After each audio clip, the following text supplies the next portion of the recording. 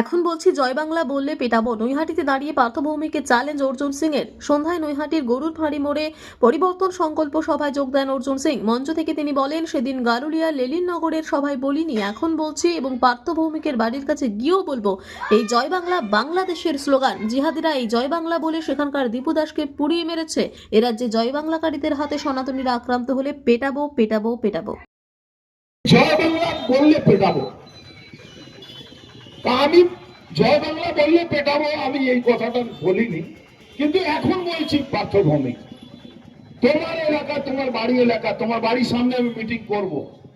জয় বাংলা বললে যেভাবে চন্দন দীপু দাসকে যেভাবে পুড়িয়ে বাংলাদেশে মারা হয়েছে, জয় বাংলা বলে যেভাবে চন্দন দাস হরগোবিন্দ দাসকে কুপিয়ে কুপিয়ে মারা হয়েছে, তুমি ভাববে না এই জয় বাংলা কিন্তু জিহাদিদের স্লোগান, এই জয় বাংলা কিন্তু বাংলাদেশি রোহিঙ্গাদের স্লোগান।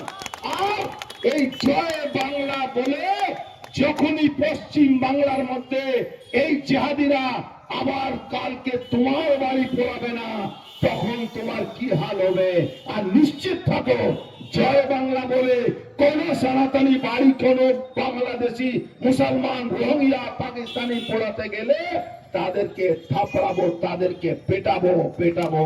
আমার নামে মামলা করে তোমার বাড়ির সামনে গিয়ে বলে আসবো, তুমি কত কত তোমার দম আছে আমি দেখবো। এভাবে বললেন? হ্যাঁ বলছি তো, বলেননি লেলিননগরে, এখানে বললেন। বললাম, এখনো বলছি, আপনাকেও বলছি কি যে পার্থভৌমিক আজকে বাংলাদেশে যে কথাটা বলেছিল যে জয় বাংলা বলে নাকি আমি বলেছিলাম পেটাবো, আমি আজকে বলে যাচ্ছি যেভাবে বাংলাদেশে হিন্দু নিধন করা, দীপু দাসকে খুন করে পুড়িয়ে দেওয়ার সময় জয় বাংলা বলছে, চন্দন দাস হরগোবিন্দ দাসকে যখন কোপাচ্ছিল তখন জয় বাংলা বলছিল।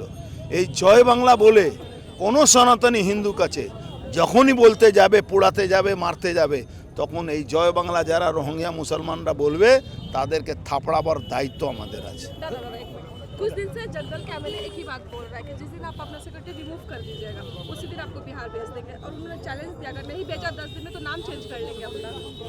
देखिए, उसका तो नाम ऐसे भी चेंज हो जाएगा क्योंकि उसका बाप का ठीक नहीं है, उसका 16 ठो बाप है, मेरा एक बाप है, और उसको चैलेंज, वो चैलेंज देने लायक नहीं है। लेकिन उसको एक बात कहता हूँ कि 2019 साल में 6 महीना के लिए भागना पड़ा था उसको। हम 2024 और 2021 के बाद यहाँ हैं और यहीं रहेंगे। उसका क्या होने वाला है वो खुद जानता है।